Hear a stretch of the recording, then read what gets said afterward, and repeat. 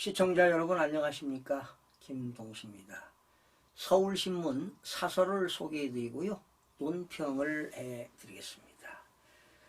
더불어민주당이 국회 과반 의석을 무기로 윤석열 정부의 핵심 국정사업 예산을 무차별적으로 삭감하고 있습니다.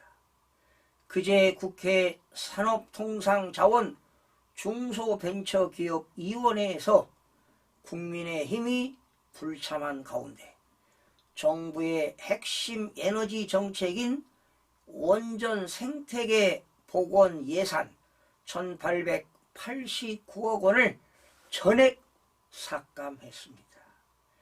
반면 문재인 정부가 탈원전 정책의 일환으로 추진했던 신재생에너지 관련 예산은 3,900억 원으로 대폭 증액했습니다. 사실상 윤 정부의 에너지 정책을 무력화시키고 지난 정부의 탈원전 정책을 부활시키겠다는 의도로 보입니다. 윤 정부에 대한 견제 수준을 넘어 예산 테러, 대선 불복이라는 여당의 주장이 과해 보이지 않을 정도입니다.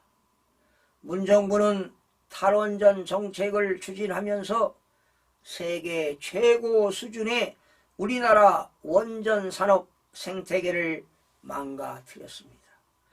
탄소 중립이 절박한 우리로서는 고사 직전에 원전 생태계를 회복하는 게 급선무입니다.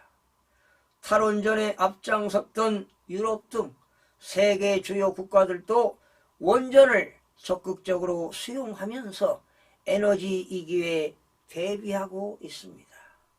이런 마당에 여전히 탈원전에 매달린 채 보복성 예산 칼질을 일삼는 민주당이 과연 공당이 맞는지 의심스럽습니다.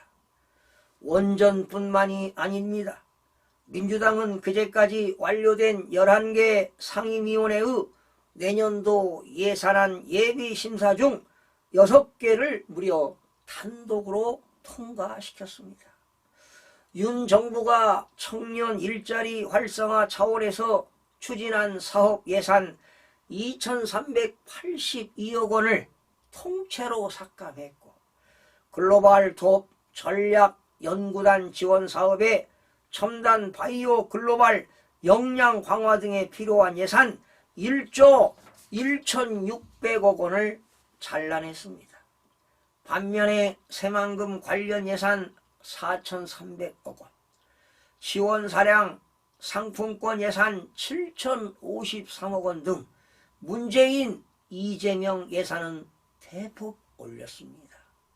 이 정도면 정부의 예산 편성권을 무력화해 국정을 마비시키겠다는 심보로밖에 볼 수 없습니다. 국회 예산 결산 특별위원회와 본회의에서 반드시 예산을 바로잡아야 할 것입니다. 여러분 어떻게 들으셨습니까? 법률적으로 한번 먼저 검토해 보겠습니다.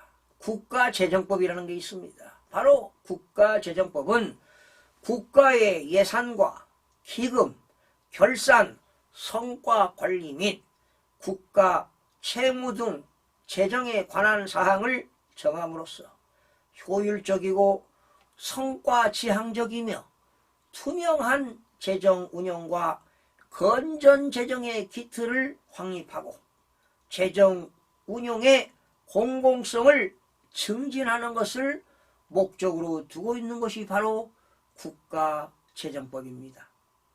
국회는 국가 예산의 원칙을 준수했는지 의문이 갑니다.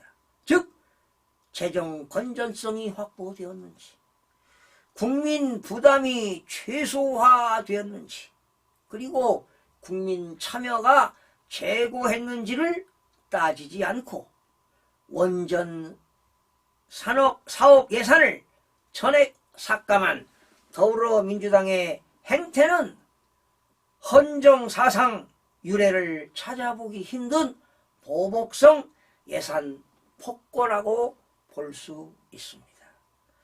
윤석열 정부 출범 이후 간신히 복원되기 시작한 원전 생태계가 다시 붕괴될 수밖에 없습니다. 민주당은 경제성과 안전성 점검이 불충분하다는 이유를 내세웠지만 누가 봐도 궁색한 변명입니다.